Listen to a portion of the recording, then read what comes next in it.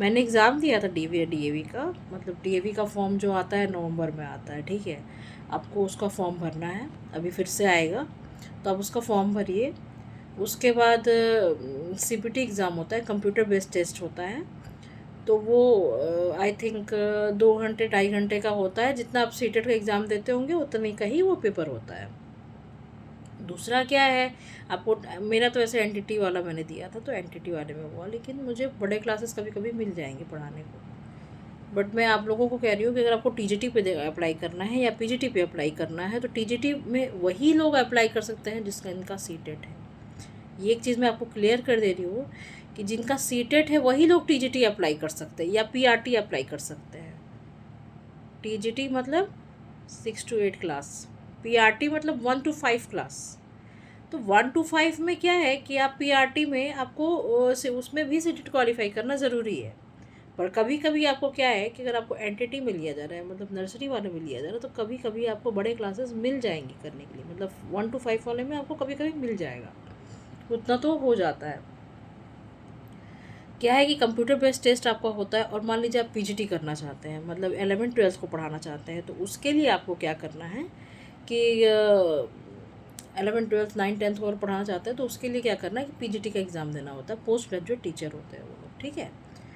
तो अपना स्पेशलाइजेशन देख लीजिए। अगर आपने कॉमर्स में किया है तो आप पीजीटी करिए, पीजीटी वाला डाल दीजिए। साइंस में किया है तो पीजीटी वाला डाल दीजिए। मैथ्स में किया है तो पीजीटी वाला डाल दीजिए, जैसा आपको सही लगे। और सीबीटी क्वालिफाई करने के बाद आपको क्या है, और पीजीटी में एक और बात, पीजीटी में आपको सीटेट नहीं चाहिए, ठीक है। विदाउट सीटेट भी आप अप्लाई कर सकते हैं पीजीटी और एनटीटी में, ठीक है। दूसरा ये है कि कंप्यूटर बेस्ड टेस्ट होता है, 2 ढाई घंटे का टेस्ट होता है, उसको आप दीजिए। और फर्स्ट पेपर जो होता है रीजनिंग होता है, और सेकंड पेपर आपका जो पेपर होता है वो होता है, अगर एनटीटी में डाल रहे हैं तो आपको सीडीपी रहेगा, और अगर आप इसमें डाल रहे हैं तो सीडीपी भी रहती है चीज़ें। जैसे पीजीटी में डाल रहे हैं, मान लीजिए कॉमर्स पोस्ट ग्रेजुएट टीचर हो मैं, वो कर रही हूँ, तो उसमें मेरे को मतलब स्पेशलाइजेशन होना चाहिए। तो मैं आराम से उसका, मतलब 2.5 घंटे का पेपर होगा, और कॉमर्स होगा, मतलब जो सेकंड पेपर होगा, फर्स्ट पेपर तो रीजनिंग होता है, सेकंड पेपर जो हम लोग को देना है वो कॉमर्स देना है। अगर मैथ्स से है तो मैथ्स हो जाएगा, साइंस है तो साइंस हो जाएगा, ठीक है। उसके बाद कंप्यूटर बेस्ड टेस्ट निकालने के बाद, जब आपका निकल जाता है सीबीटी, आप क्वालिफाई कर लेते हैं, तो एक पीसी सर्टिफिकेट आपको मिलता है, ठीक है। मैं वो लिंक कर दूंगी अपना पीसी सर्टिफिकेट, तो पीसी सर्टिफिकेट मिलता है। उस सर्टिफिकेट के बेसिस पे आप अदर स्कूल में डाल सकते हैं, ठीक है।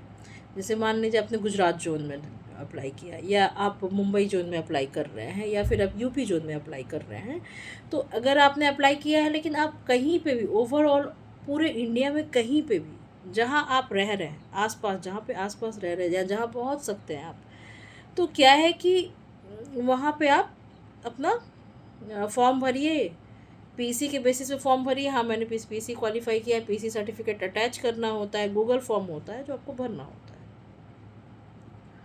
वो अटैच कर दीजिए, ठीक है। उसके बेसिस पे आप ऑल इंडियन लेवल में कहीं पे भी अप्लाई कर सकते हैं।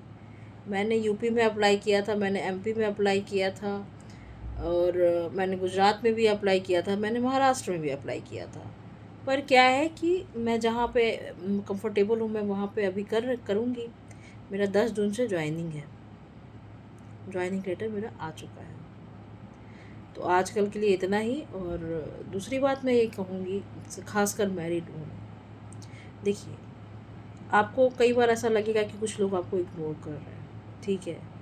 बहुत लोग इग्नोर करते हैं, बहुत लोग टॉन्ट करते हैं, और अगर आप अनमैरिड हैं तो लोग आपको कहेंगे शादी कर लो, ये कर लो, वो कर लो। पर ये आपको चूज़ करना है कि आपको जीवन में क्या करना है। फाइट करना पड़ता है। If you want to achieve any dream, then you have to work on it, you have to work on it, achieve।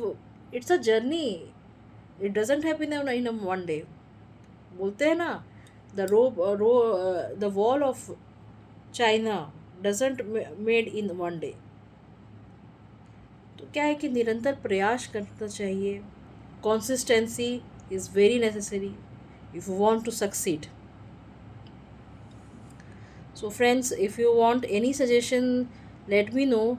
I will give you whatever I want. Whatever I know, I will make you learn. Thank you.